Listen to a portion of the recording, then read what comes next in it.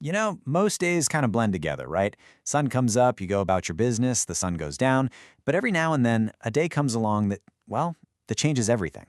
Today, we're digging into one of those days, December 1st, a date that, as you'll see, secretly packed a world-changing punch.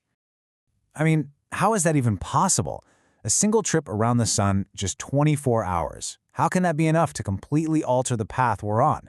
Well, it turns out sometimes that's all it takes to plant the seeds for a totally new world. And that really sets the stage for what we're talking about today.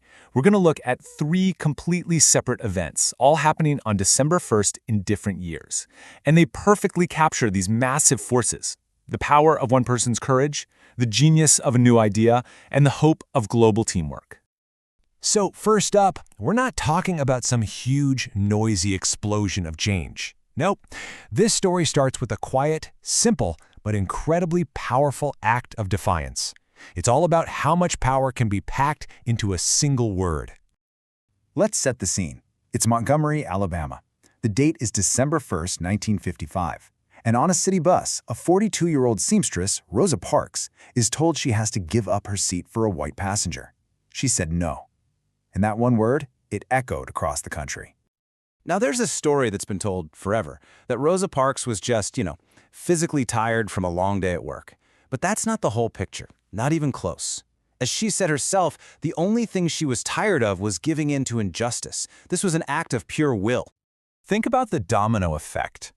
Her arrest on December 1st lit the fuse.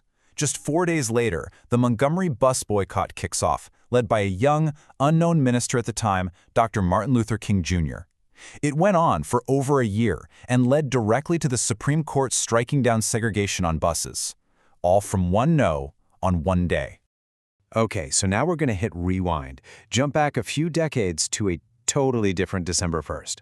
We're going from the quiet dignity on a bus to the loud, clanging noise of a factory, a place where the entire pace of modern life was about to be reinvented. Just get a load of these numbers. It's insane. On December 1st, 1913, a guy named Henry Ford started up the world's first moving assembly line. Before that day, building one car took over 12 hours. The very next day, it took just 93 minutes. That's not just better, that's a whole new ballgame. So what was the big secret? Well, it's one of those ideas that's so simple, it's brilliant. Instead of having a bunch of workers run around a car, he had the car move past the workers. Each person did one small job over and over and over. It was ruthlessly efficient, unbelievably fast, and it changed manufacturing forever. And you have to understand, this was way, way bigger than just cars. This idea became the blueprint for how we make, everything. It created a world where regular people could actually afford to buy the stuff they were making. It's the reason you have affordable phones, clothes, you name it. This was the birth of the consumer world we live in right now. All right, for our last story, we're going to pull the camera way, way back, all the way out to a global view. And we're jumping forward in time to December 1st, 1959. This is an incredible story about people choosing to work together when the rest of the world was basically preparing for World War III. So, Antarctica. It's huge. We're talking 14.2 million square kilometers. It could have so easily become the next big fight, a place for countries to battle over resources and territory. But on this specific December 1st, something else happened. Something way better. You got to remember what was going on at the time. This was 1959, the absolute peak of the Cold War. The USA and the Soviet Union were pointing missiles at each other. Nobody trusted anybody.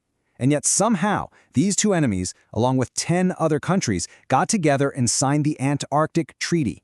They basically took an entire continent and declared it a politics-free zone. And the rules they came up with? For the time, they were just, absolutely groundbreaking. No army bases, no weapons, no new land grabs. But here's the kicker. Total freedom for science, and all the research had to be shared openly with everyone. They turned the coldest, most isolated place on Earth into a shining example of cooperation. So let's step back for a second. We've got a defiant stand for civil rights, a revolution on the factory floor, and a global treaty for peace. 3 totally unconnected events, right? Except they're all anchored to this one day on the calendar, December 1st. So what's the takeaway here? It shows you that history doesn't just hinge on one thing, right? It's this incredible mix. You need the courage of a single person like Rosa Parks. You need the game-changing innovation of someone like Henry Ford. And you need the sheer will to cooperate, like those nations did for Antarctica. It takes all three to really move the world forward. And the story of December 1st doesn't even stop there. It keeps getting new layers of meaning. Since 1988, it's also been known as World AIDS Day, which, if you think about it, is another powerful example of that same spirit, global cooperation to fight a common enemy. And all of this, it kind of makes you realize history isn't just some dusty old book, is it? It's happening right now, all around us, every single day, in little acts of courage, in brilliant new ideas, and in those rare, beautiful moments where we decide to work together. So the question is, what history are we making today?